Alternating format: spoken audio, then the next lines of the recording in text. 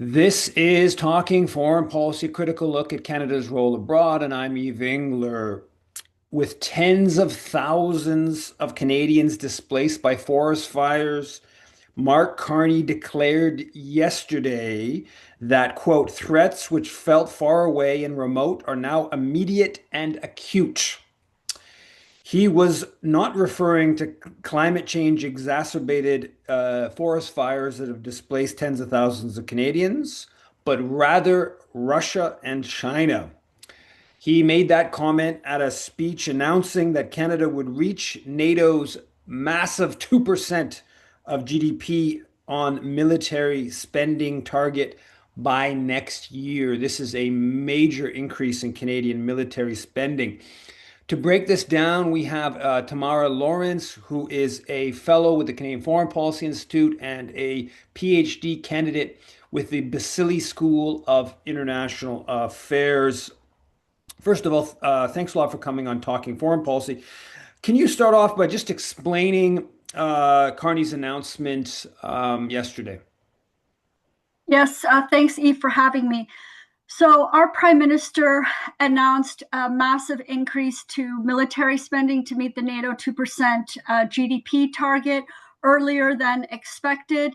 Under the previous Liberal government, they had talked about trying to increase to 2% by 2032, and now it's going to happen over this next year.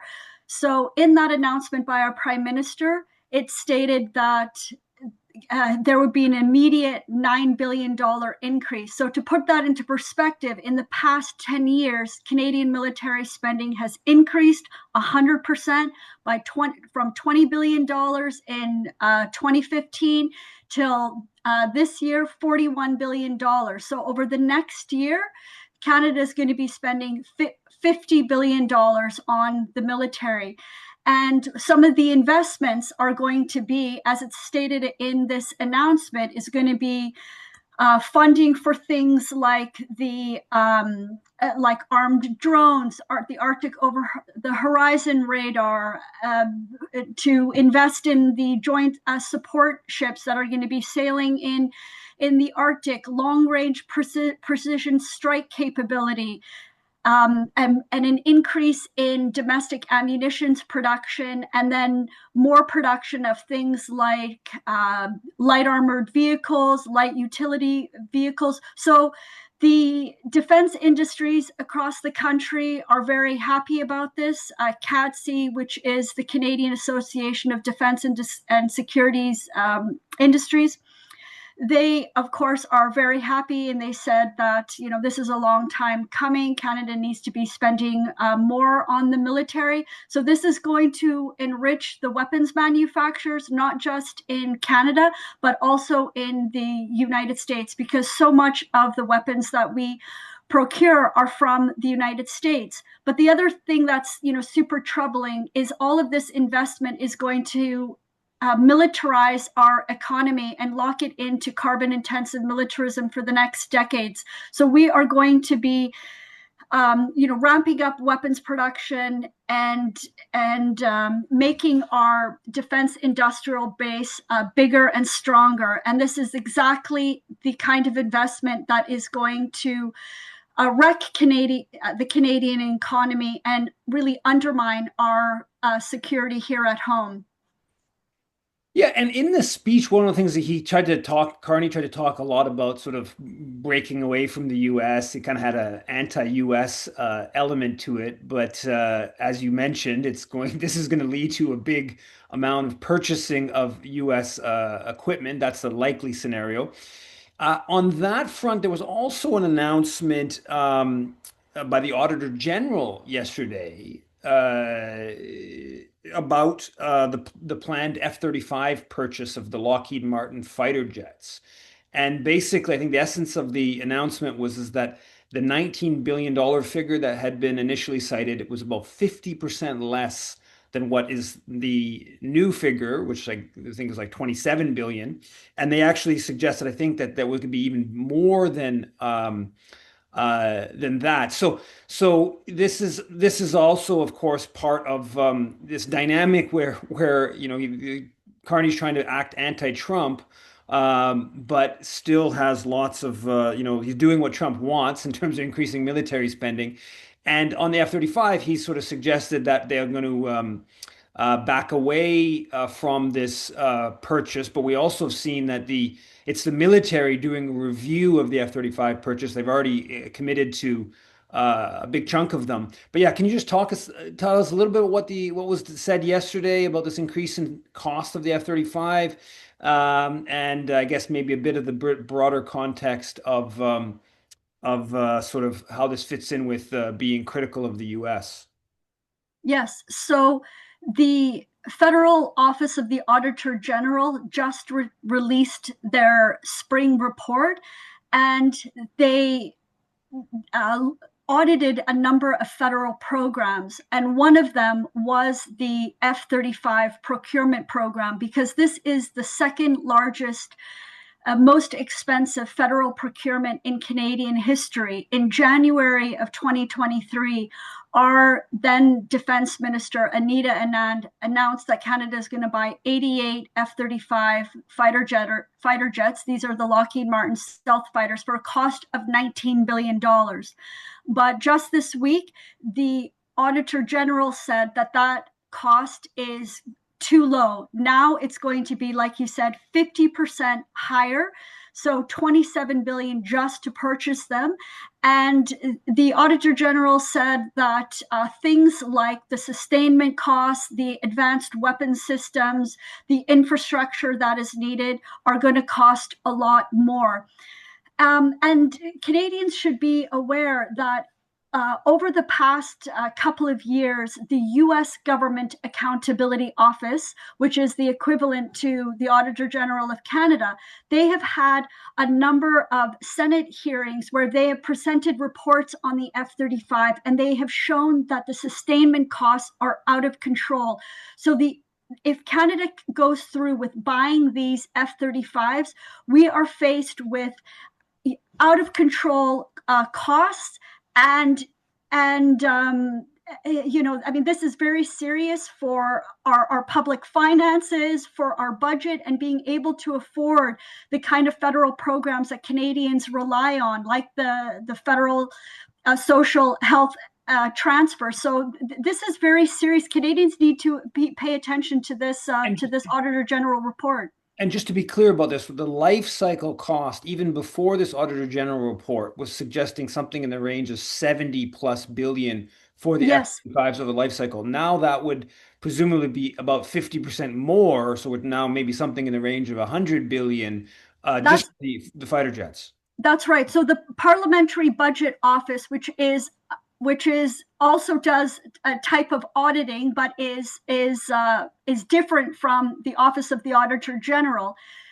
The PBO, they released a report about 2 years ago. I think it was November 2022, on the life cycle costs for the F-35, and they said over the 30 years, that the cost would be about $74 billion. So now, because of inflation, the PBO is going to have to go back and look at their estimates from 2 years ago, because it's going to be even higher. So Canadians really need to be very concerned about this F-35 purchase, and we need to start calling for Canada to cancel the purchase. We cannot go through with buying the F-35s. We need to ground this purchase entirely. And so here, that is the sort of bigger question that's now, you didn't see much of this from politicians or the media, but you're starting to see this seep in, which is it's previously been, okay, we just need to increase military spending. Now we're starting to see discussion about we need to start cutting social programs to increase military spending. And the new defense minister, McGuinty, he said that at the CANSEC arms fair 10 days ago. He suggested that he talked about some other countries where they've cut bureaucracy, they've eliminated holidays. And you also saw that in the Globe and Mail editorial from about a week or 10 days ago, saying we should talk about cutting pharmacare, old age assistance to pay for this huge increase in military spending. And I saw that Carney kind of referenced that as well. We're going to start making some, hard choices, I think is the language they're using.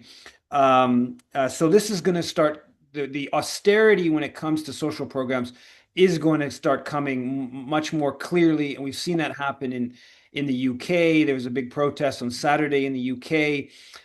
Welfare, not warfare. Nurses, not nukes, I think were some of the slogans, kind of highlighting the fact that there's been big cuts in social programs to this big increase in military spending in the UK. So that's, of course, I think something that we need to start, put on our radar. But the other part on this whole discussion is that this now 2% GDP number is now they're already saying this is the floor and we got to start moving upwards.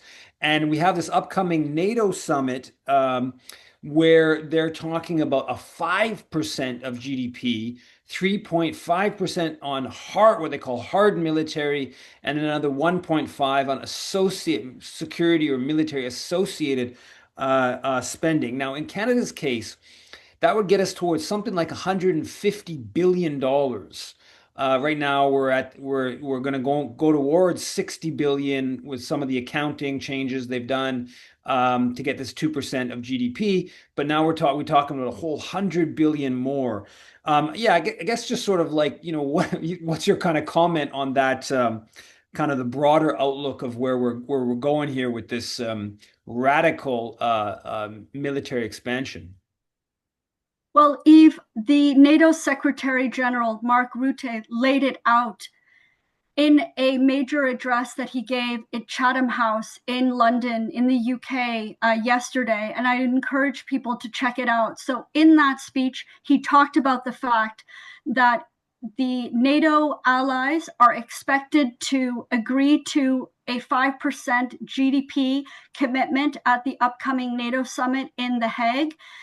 And this will be the plan over the next decade to massively increase military spending. And why are we going to be increasing military spending? Why is the NATO Secretary General calling for an increase to weapons production and a more robust defense industrial base in all of our countries? Because NATO is preparing for a war with Russia, China, North Korea, and Iran. It's really very clear if you read that speech, if you pay attention to the announcements, not just what the NATO Secretary General is saying, but also what the U.S. Defense Secretary said, for instance, at the Shangri-La Dialogue in Singapore a couple of weekends ago, where he said that China is the greatest threat to the United States. So they are preparing for war. And this is why it's so urgent for us to push back, because if we increase military spending and weapons production, it will cause mass immiseration in our countries. There will be more and more Canadians falling into poverty. And you mentioned in the beginning of this show that there's wildfires across the country. In the Office of the Auditor General report on the F-35, this is a fossil fuel powered weapon system. She didn't say anything about fuel, about the climate impacts, about the emissions that these F-35s are going to emit. All of this militarization, all of these new weapons are going to exacerbate the climate crisis, putting more Canadians in great danger from climate-induced extreme weather and greater poverty. So it's urgent for Canadians to speak up, to stand up, to call on their members of parliament to say, we don't support this and we want Canada out of NATO.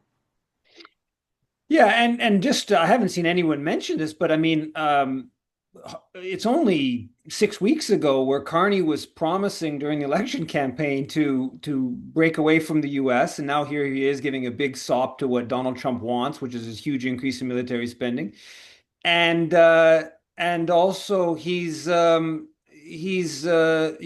had put forward a different proposal on when he would reach the 2%. Now he's changed that rapidly. So even at the simple level of just sort of breaking promises, electoral promises, there's reason to criticize Mark Carney. I think we'll leave it at that. But thanks a lot for coming on, talking foreign policy, Tamara. Thanks for having me, Eve.